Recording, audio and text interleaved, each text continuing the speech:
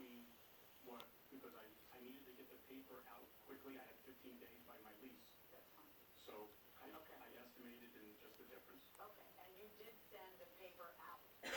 When you say the paper, you sent a letter to him notifying him of what it is you were withholding. Correct.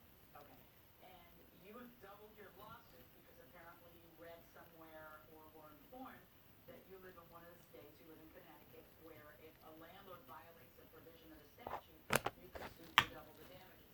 But he didn't violate the provision of the statute that allows you to do that. The provision of the statute allows you to do that is if the landlord ignores you. He sent you a letter, and he told you, I'm withholding this and this is why.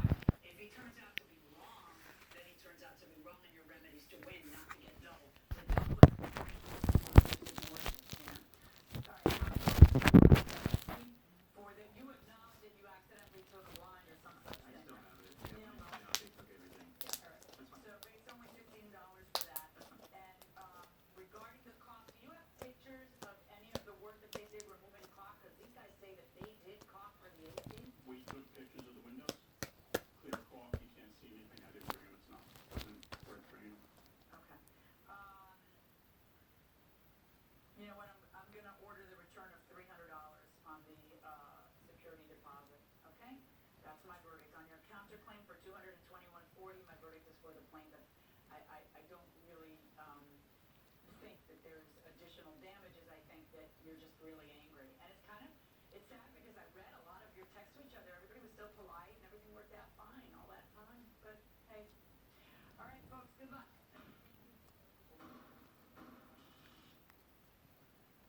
So the plaintiff prevails, he gets $300 back. Mr. Graziano, what do you think? The judge thinks you filed your countersuit because you're mad. We're having words with each other at the end of the lease. Yeah, I would believe that part of that is true. I just think that, I had working appliances he didn't like, and I thought it was fair. And I'll agree with her when she's always been fair. Okay, good enough. Okay, thank you very much.